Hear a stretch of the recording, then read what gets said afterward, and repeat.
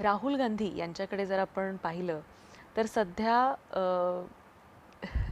ते ज्या पद्धतीचं राजकारण करतायत, खरं तर झेन जी ही जी संकल्पना आहे ही तशी सकारात्मक आहे, पण ते त्याचा कुठेतरी अराजकवादी अशा पद्धतीनं किंवा अशा अर्थानं ते वापरतात. याकडे आपण कसं पाहता?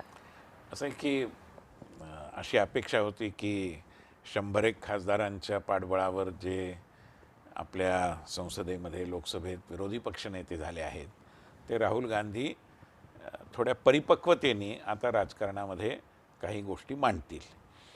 पण सर्व बाजूंनी आणि सदा सर्व काळ निराशेचा सामना करावा लागल्यामुळे त्यांनी आता आपली जी निवडणूक यंत्रणा आहे, निवडणूक व्यवस्था आहे, त्यालाच एक प्रकारे आव्हान देण्याचं एक दुस्साहस केलेलं आहे. आणि झेन झी ज्याच्याकडे ते फार आशेने बघतायत, त्यांना असं वाटतं की अमुक देशात ते घडलं, तमुक देशात ते घडलं, तर इथेही ते घडेल, अशा एका भाबड्या संकल्पनेमध्ये ते रममाण आहेत, स्वनिर्मित अशा. वस्तुस्थिती तशी नाही. आणि त्यामुळे हे राहुल गांधींनी समजून घेतलं पाहिजे की भारतीय आणि जागतिक परिस्थितीमधलं जे मौलिक अंतर आहे ते आपल्या गव्हर्नन्समध्ये आहे.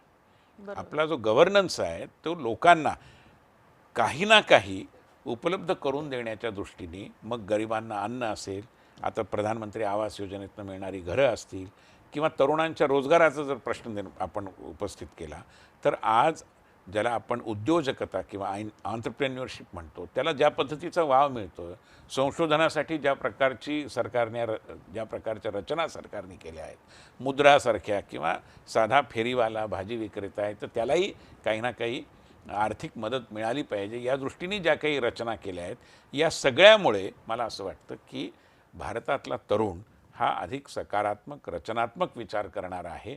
आणि तो अशा पद्धतीने अकारण किंवा काहीतरी तात्कालिक कारण घेऊन एकदम अन्य देशांमध्ये जे घडतं त्याचं अनुकरण करेल अशा मानसिकतेत येण्याची शक्यता मला वाटत नाही. राहुल गांधींना जे काही म्हणायचं आहे, मला असं वाटतं की ते एक दिवा स्वप्न आहे.